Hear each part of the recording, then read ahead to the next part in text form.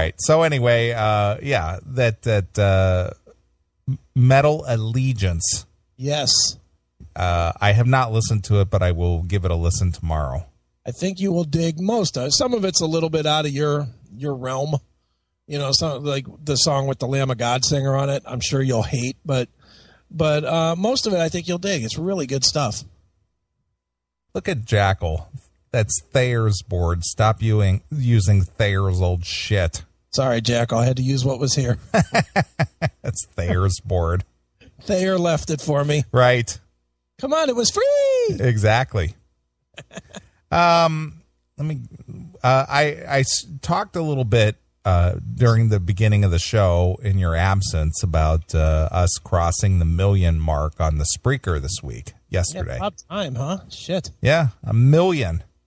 I was thinking about it, and I know you probably saw it on Facebook, and you probably reiterated it, but very humbling, isn't it? It is. 1 million. 1 million of anything is fucking humbling. That is a lot. 1 million downloads. That means that 1 million times people clicked on our stupid shit. 1 million. Yeah. That's a lot of fucking awful radio to listen to. I hear you. But people like it for whatever reason. I know. No, it's very humbling and very, I actually broke character for a minute and was very thankful, I think, on Facebook because you were with tremendous humbleness. I'm very humbled, dude, and what I said, I really, really believe is when I came back to the show, and correct me if you had a different thought, I didn't think anyone was going to care. I just did it because I wanted to hang out with you, really. Well, I never lost faith when you bailed on the show and said you weren't coming back and you had to handle family business and right. Your sanity hinged on either doing the show or fighting with the wife, right, and dealing with the day-to-day nonsense that went along with just doing the stupid show. Well, I'm just going to say this. I cannot confirm anything that was written in this email that you might be reading. I'm not legally allowed. Right. But I'll just sit here quietly while you reiterate. But regardless of that, I always knew you would return. I knew you would return. I didn't know how long it would be. I didn't know if it would be a week, a month, a year, 10 years. I knew you would return. And you said that from day one. I did. And you did return, and we came out stronger than ever. It's amazing, and seeing this 1 million downloads or plays or whatever it is. I mean, dude, honestly, I don't think that we had 1 million in the time that we did before. No, not at all. I mean, I feel it. I feel it just in the volume of. It just seems like every week there's more and more. There's more people giving us articles. There's more emails. There's more people, just throwing up. I can't tell you how many times I get fucking tagged and stuff.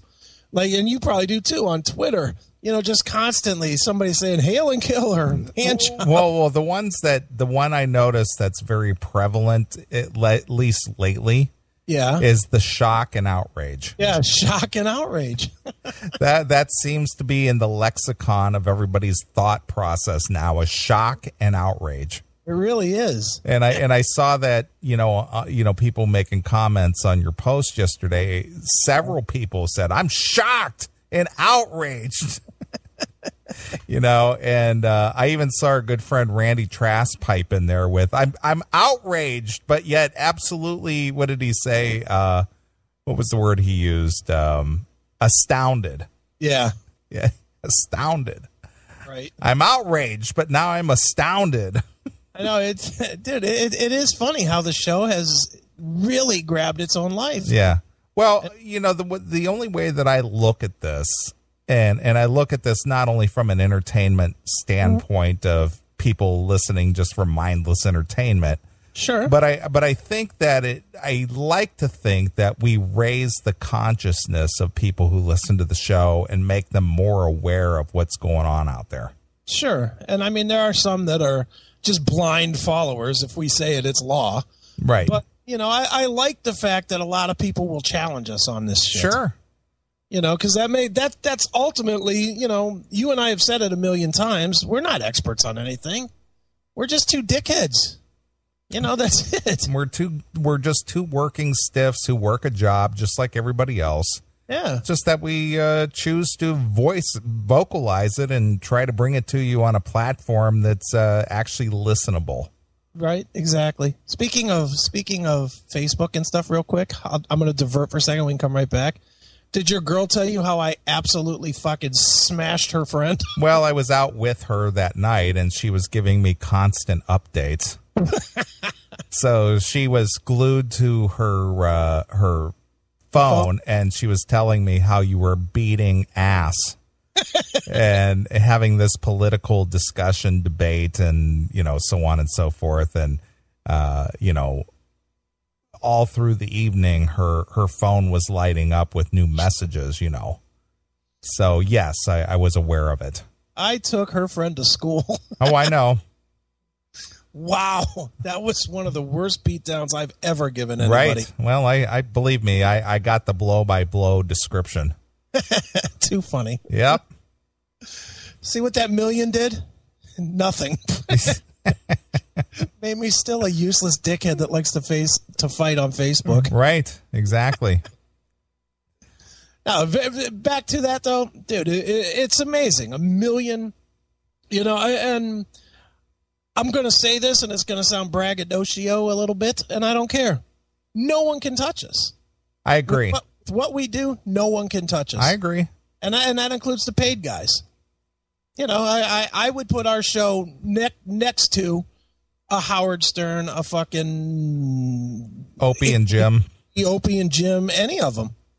Right now, I would put our show, I would love to take that challenge, get people that are not diehard fans of us or of Anthony or of O&J, you know, or of Stern or whatever, just average guys.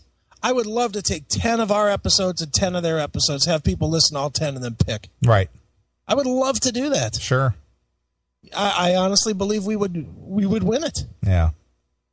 And you know, that's a testament to me and you finding our spot, and you know, and the hundreds and hundreds of hours that people don't hear, you know, when you and I are fucking tweaking boards, tweaking mics, and well, when you're working on just a out of pocket budget and you don't have corporate money behind you, you do what you can to make the best it can be with what you've got to work with.